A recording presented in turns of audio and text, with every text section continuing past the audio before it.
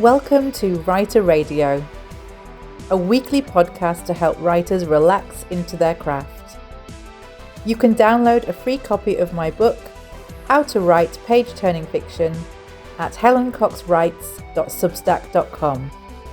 Enjoy the show.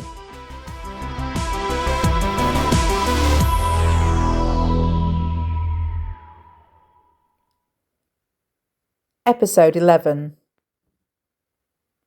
Today's episode is a writing exercise about place. Not just where things happen, but where things stay. Because places hold memory and emotion. In fact, place is so important to my own writing. It's where I start every single time I begin a new novel. Places hold versions of ourselves we may not even fully remember until we return to that place, physically or in our imagination, and the same is true of any characters you might build. I believe place is never just background. It shapes our characters. It shapes story, which means it shapes meaning. So today we're going to explore that from a somewhat unexpected angle. Before we begin the main piece of writing, I'd like you to take out a pen and paper or open a blank document. And for 2 minutes, while I play some incidental music, I want you to make a list of places that mean something to you. Now, these could be an interior or an exterior.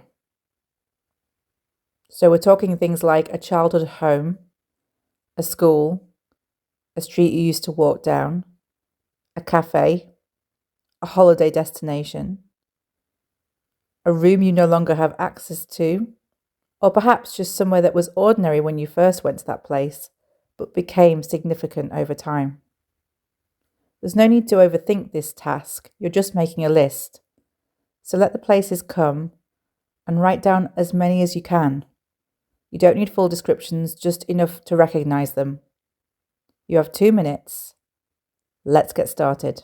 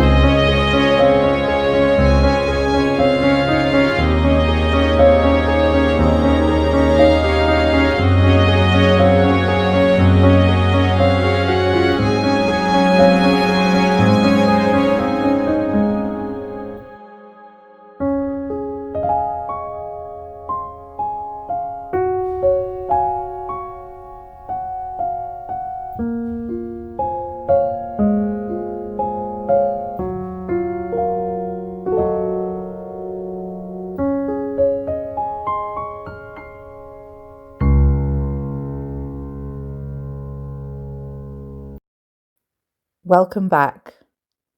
Take a look at your list. You may have more than one place that feels important.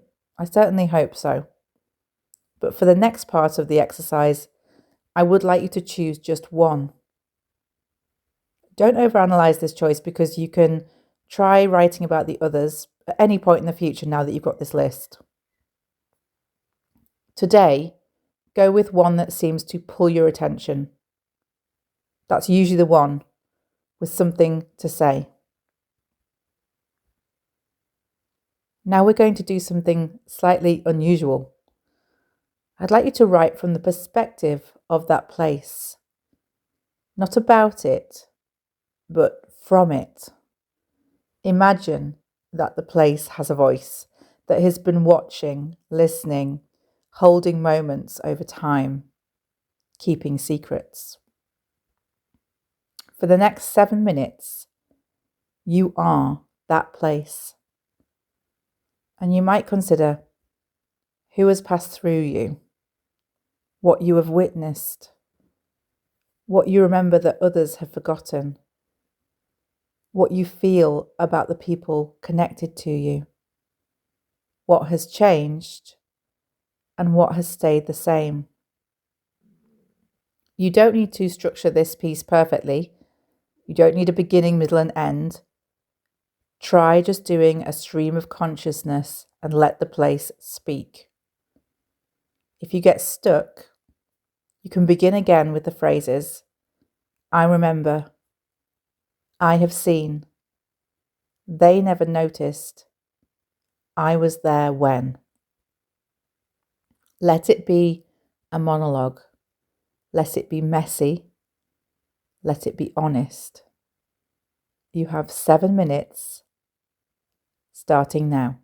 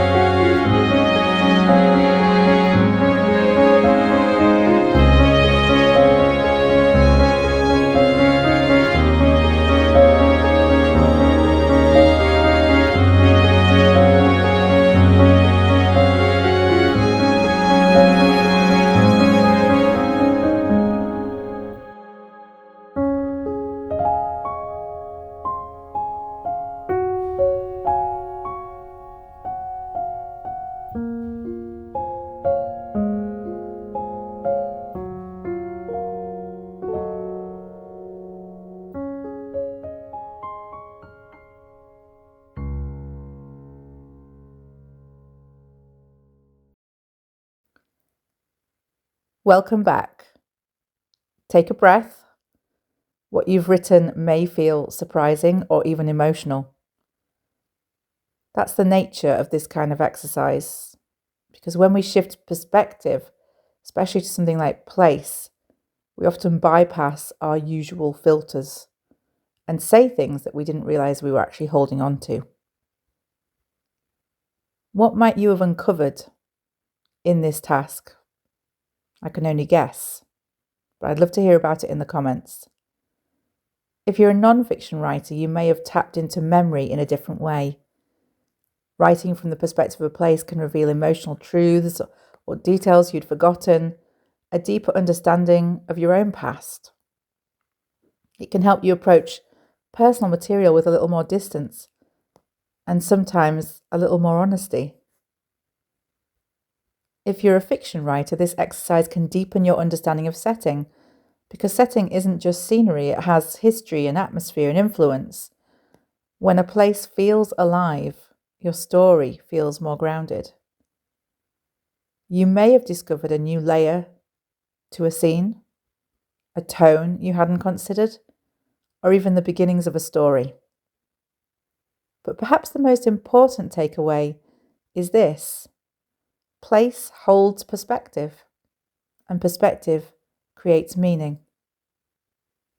When you change who or what is telling the story, you change what the story is. Here are a few questions for further exploration. Looking at your piece, which lines or moments feel most vivid? Did anything unexpected emerge? What does this place understand that the people in it do not?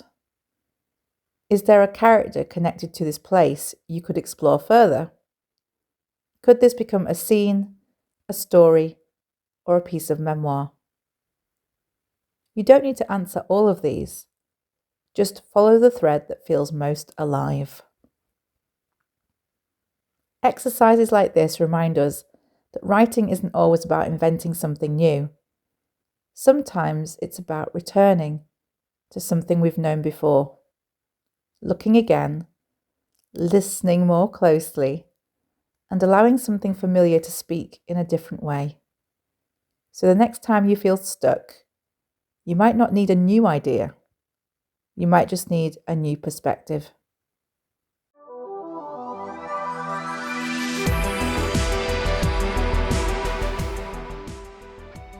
Thank you for writing with me today. I hope you found this episode helpful. There'll be another episode next week. Until then, take care and keep writing.